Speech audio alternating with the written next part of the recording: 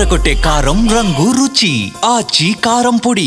తెలంగాణకు పెట్టుబడులను ఆకర్షించటమే పనిగా పెట్టుకున్నారు సీఎం రేవంత్ రెడ్డి. ఇదే విషయంలో మరోసారి జర్మనీ ప్రతినిధులతో భేటీ అయ్యారు. అదే సమయంలో మరో కంపెనీ హైదరాబాద్లో భారీ పెట్టుబడికి ముందుకు వచ్చింది. ఆ వివరాలేంటో ఇప్పుడు చూద్దాం.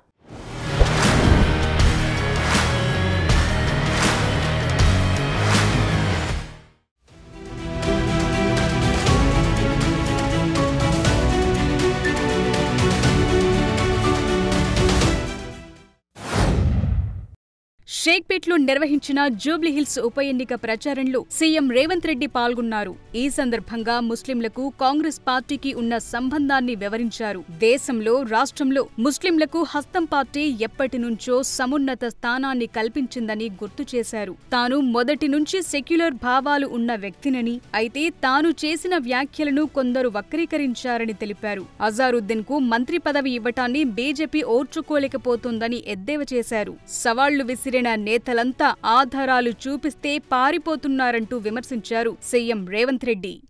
కంటోన్మెంట్లో శ్రీ గణేష్ను గెలిపిస్తే 4,000 కోట్లతో అభివృద్ధి చేసినానని చెప్తే సవాలు విసిరిండు. 4,000 కోట్లు ఎక్కడిచ్చారో చెప్పు, నేను రాజీనామా చేస్తాను. శ్రీ గణేష్ 5,000 కోట్ల రూపాయల జీవోలు చూపిస్తే రాజీనామా చేయకుండా పారిపోయిన కేటీఆర్ ఇవాళ మళ్ళా చర్చలతోని సవాళ్ళు విసురుతున్నారు.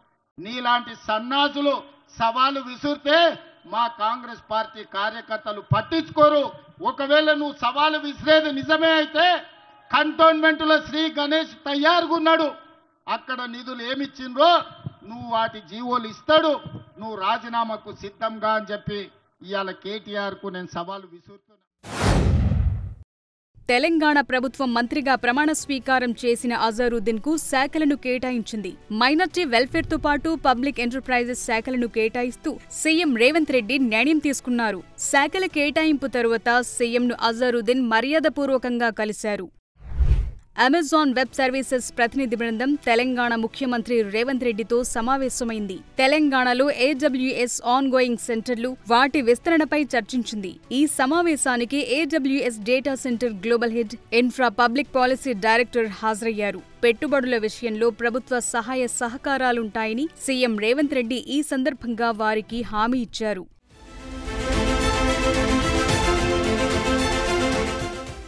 జర్మనీ కాన్సుల్ జనరల్ మైకేల్ హాస్పర్ బృందం సీఎం రేవంత్ రెడ్డితో భేటీ అయ్యింది. హైదరాబాద్లో జీసీసీని ప్రారంభిస్తున్నట్లు సీఎంకు తెలిపింది. డ్యూయిష్ బోట్స్ కంపెనీ విస్తరణలో భాగంగా హైదరాబాద్లో జీసీసీని ఏర్పాటు చేయనున్నట్లు వెల్లడించింది. దీని ద్వారా రానున్న 2 ఏళ్లలో సుమారు 1000 మంది ఐటీ నిపుణులకు ఉద్యోగాలు, ఉపాధి అవకాశాలు దొరుకుతాయని వెల్లడించింది.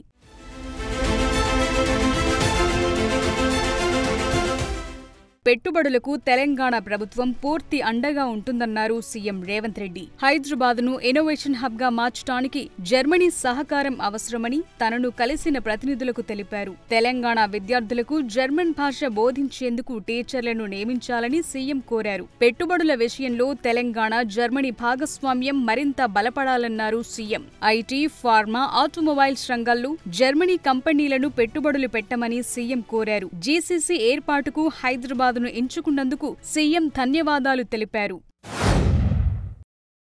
సీఎం రేవంత్ రెడ్డి ప్రాతినిధ్యం వహిస్తోన్న కొడంగల్ నియోజకవర్గంలోని విద్యార్థులకు మధ్యాహ్న భోజనం అందించేందుకు అక్షయ పాత్ర ఫౌండేషన్ ముందుకొచ్చింది. నియోజకవర్గంలోని అన్ని ప్రభుత్వ పాఠశాలల్లో చదువుతోన్న విద్యార్థులకు ఈ భోజనం అందించనున్నారు. అక్షయ పాత్ర ఫౌండేషన్ ప్రతినిధులు సీఎం రేవంత్ రెడ్డిని కలిశారు. నవంబర్ 14న కొడంగల్లో నిర్మించబోతోన్న గ్రీన్ ఫీల్డ్ కిచెన్ ప్రారంభోత్సవానికి రావాల్సిందిగా సీఎం రేవంత్ ను వారు ఆహ్వానించారు. కొడంగల్ సమీపంలోని ఎన్కేపల్లిలో 2 ఎకరాల విస్తీర్ణంలో గ్రీన్ ఫీల్డ్ కిచెన్ నిర్మించబోతున్నారు.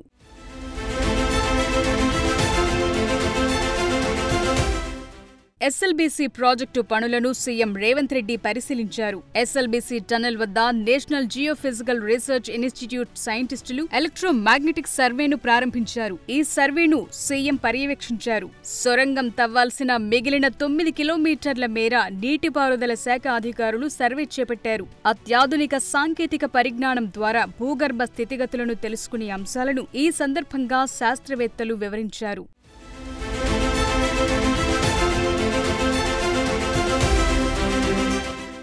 ఎస్ఎల్బీసీ టన్నెల్ను పూర్తి చేసేందుకు రాష్ట్ర ప్రభుత్వం ఎంతో కృషి చేస్తోందన్నారు సీఎం రేవంత్ రెడ్డి.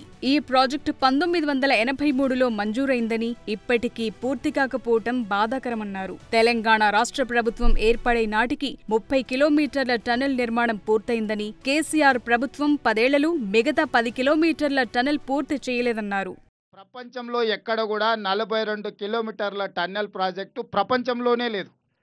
ఈ ప్రాజెక్టు పూర్తి చేస్తే ప్రపంచంలోనే అతి పొడవైన టన్నెల్ అనేది మనకే కీర్తి దక్కడమే కాకుండా అనా పైసా ఖర్చు లేకుండా నీళ్లు అవలీలగా నల్గొండ జిల్లాకు 30 టీఎంసీలు 3 లక్షల ఎకరాలకు నీళ్లు తీసుకుపోవడానికి ₹1 ఖర్చు లేకుండా గ్రావిటీతోటి. ఈరోజు అదే భూమికి నీళ్ళు ఇవ్వాలంటే ఏఎంఆర్పి లిఫ్టులతో వాడితే సంవత్సరానికి 500 కోట్ల రూపాయలు ఈరోజు విద్యుత్ ఖర్చులు అవుతున్నాయి. ఈ 10 ఏళ్లలో 5,000 కోట్ల రూపాయలు విద్యుత్తు ఖర్చు పెట్టిన కానీ 2,000 కోట్ల రూపాయలు ఖర్చు పెడితే ప్రాజెక్టు పూర్తయి ఉండేది.